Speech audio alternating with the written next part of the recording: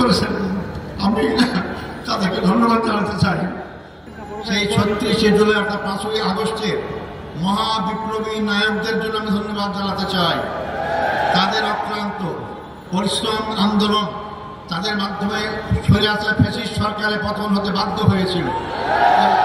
এবং সবচেয়ে আমি ধন্যবাদ জানাবো এই ক্ষেত্রে ছাত্র সমাজকে, যারা অতীতের অহংকার গর্বকে আবার প্রতিষ্ঠা করতে পেরেছেন। ছাত্র সমাজই রাস্তায় রাজপথে নিয়ে রক্ত ঢেলে তারা এই 14.5 বছরের ফ্যাসিস্ট সরকার সকল অত্যাচারের বিরুদ্ধে জনগণকে সাথে নিয়ে তারা রাজপথে যে আন্দোলন গড়ে তুলেছিলেন, যার কারণে গর্ব গর্ব সব চূর্ণ হয়ে বাংলাদেশ নতুনভাবে স্বাধীনতা অর্জন করতে পেরেছে। আমি ধন্যবাদ জানাতে চাই ছাত্র, যুবক, শিক্ষক, সকল পেশাজীবী, সকল নারী পুরুষ, এমনকি শিশু বাচ্চাদেরকেও আমি দেখেছি তারা রাজপথে সেদিন নেমে এসেছিল। সবাইকে আমি ধন্যবাদ জানাতে চাই।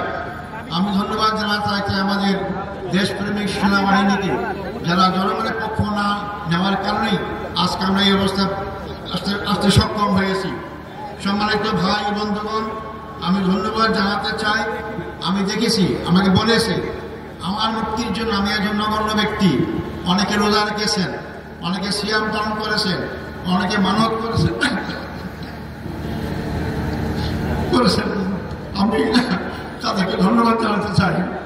হয়তো ইসলামী আন্দোলনকে মহব্বত করার কারণে, ইসলামীকে ভালোবাসার কারণে অবশ্যই তারা ধন্যবাদ পাওয়ার আল্লাহ তাকে উত্তম চাঁদা দান করল। সম্মানিত ভাই ও বন্ধুগণ, আমি স্মরণ করছি অত্যন্ত দুঃখ বেদনা ভারাক্রান্ত হৃদয় যারা আমার নেতা ছিলেন, সেই সব নেতাদেরকে অন্যায়ভাবে হত্যা করা হয়েছে, জুডিশিয়াল কিলিং করা হয়েছে তাদেরকে।